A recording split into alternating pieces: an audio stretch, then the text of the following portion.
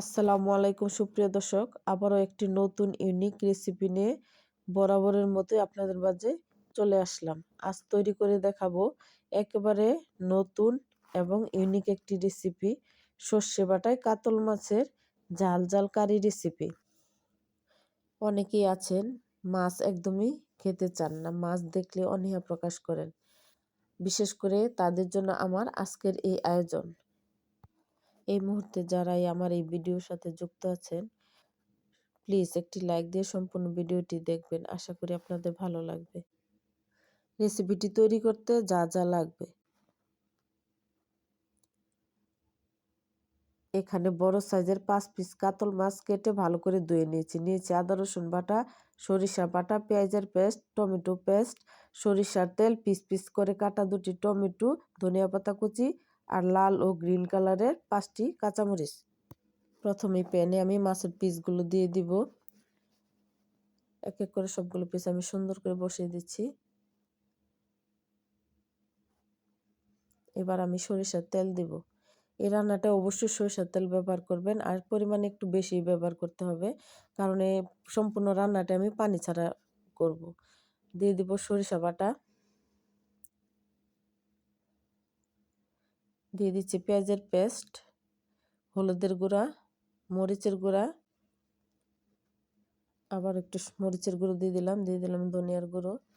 এবার দিয়ে দিলাম টমেটো পেস্ট, আদা রসুন পেস্ট। এখানে মরিচটা একটু বেশি ব্যবহার করবেন, কারণ ঝাল ঝাল হলেই এই রান্নাটা বেশি মজা হয়। আর দিয়ে দিলাম স্বাদ মতো লবণ। এবার সবগুলো উপকরণ আমি মাছের সাথে ভালো করে ম্যারিনেট করে নেব। একেবারে উপর নিচের ভালো করে উল্টে পাল্টে আমি ম্যারিনেট করব। মশলাটা মাছের গায়ে ভালো করে যাতে লাগে, সেজন্য আমি ভালো করে হাত দিয়ে উল্টে পাল্টে মশলাগুলো লাগিয়ে দিচ্ছি। এবং এইভাবে ম্যারিনেট করার পর কমপক্ষে 20 থেকে 25 মিনিট আমি রেস্টে রেখে দেব, তারপরে রান্না করব। চলে আসলাম 25 মিনিট পর। এবার টমেটো পিসগুলো আমি উপরে এক এক করে দিয়ে দিব সবগুলো। এখানে যেহেতু পানি ব্যবহার করব না, মাছ থেকে যে পানিটা উঠবে আর তেলের ইয়াতেই মাছটা সুন্দর করে সিদ্ধ হয়ে যাবে। এরপর যে আমি কাঁচামরিচ দিয়ে দেবো, কাঁচামরিচগুলো আমি ভালো করে ফেড়ে নিয়েছি, এতে সুন্দর একটা সেন্ট আসবে। এবার ঢাকনা দিয়ে ডেকে আমি মিডিয়াম আঁচে রান্না করব। চলে আসলাম 5 মিনিট পর। এবার আমি মাছগুলোকে আস্তে আস্তে উল্টে দিব।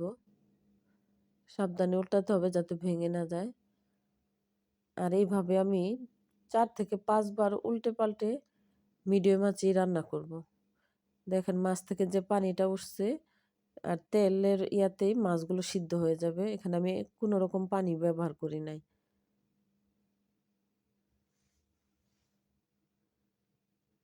আবারও ডেকে রান্না করব। চলে আসলাম 5 মিনিট পর। এরপর যে আমি আবারও উল্টে দিব। সাবধানে উল্টাতে হবে যাতে পিসগুলা না ভেঙে যায়।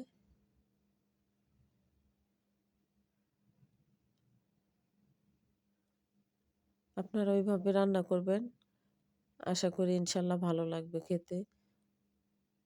এই রান্নাটা অনেক সুস্বাদু হয়, গরম ভাতের সাথে খেতে ভালোই লাগে। আবারও ডেকে দিলাম। চলে আসলাম 5 মিনিট পর। এবার নিচের মশলাটা আমি ভালো করে নেড়ে চেড়ে দিচ্ছি যাতে নিচে লেগে না যায়। এরপর যে আবার উল্টে দিব। যারা ইতিপূর্বে আমার চ্যানেলটি সাবস্ক্রাইব করেছেন সবাইকে অসংখ্য ধন্যবাদ জানাই। আর যারা নতুন জয়েন করেছেন প্লিজ চ্যানেলটি সাবস্ক্রাইব করে পাশে থেকে যাবেন। সাথে থাকা ছোট্ট বেল বাটনটি অন করে রাখবেন যাতে নতুন ভিডিওর নোটিফিকেশন আপনার কাছে পৌঁছে যায়। দেখেন মাছের উপর তেলটা উঠে আসছে। এরপর যে আমি ধনিয়া পাতা দিয়ে দিব। রান্নাটা হয়েই গেছে। আমি এখন 3 থেকে 4 মিনিট আমি ধনিয়া পাতা দিয়ে ঢাকনা দিয়ে ডেকে তারপর তুলে নেব। আমি এখানে কাতলা মাছ নিয়েছি আজকের রেসিপির জন্য। আপনারা চাইলে রুই মাছও নিতে পারেন, তবে একটু বড় সাইজের পিস নেবেন।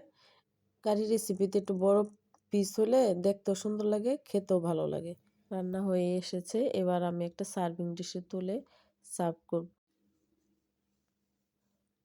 আমি তো অনেক সুন্দর স্মেল পাচ্ছি। আপনারা নিজেরা যখন এই রেসিপিটি ট্রাই করবেন, এর স্মেল এবং স্বাদ কতটা লোভনীয় সুস্বাদু কেবলমাত্র তখনই বুঝতে পারবেন।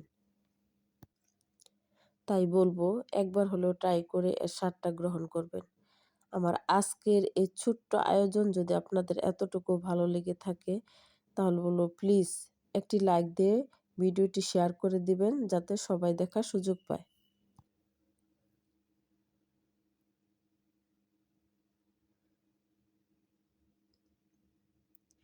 তৈরি হয়ে গেল সরিষা বাটায় সুস্বাদু লোভনীয় কাতলা মাছের ঝাল ঝাল কারি রেসিপি।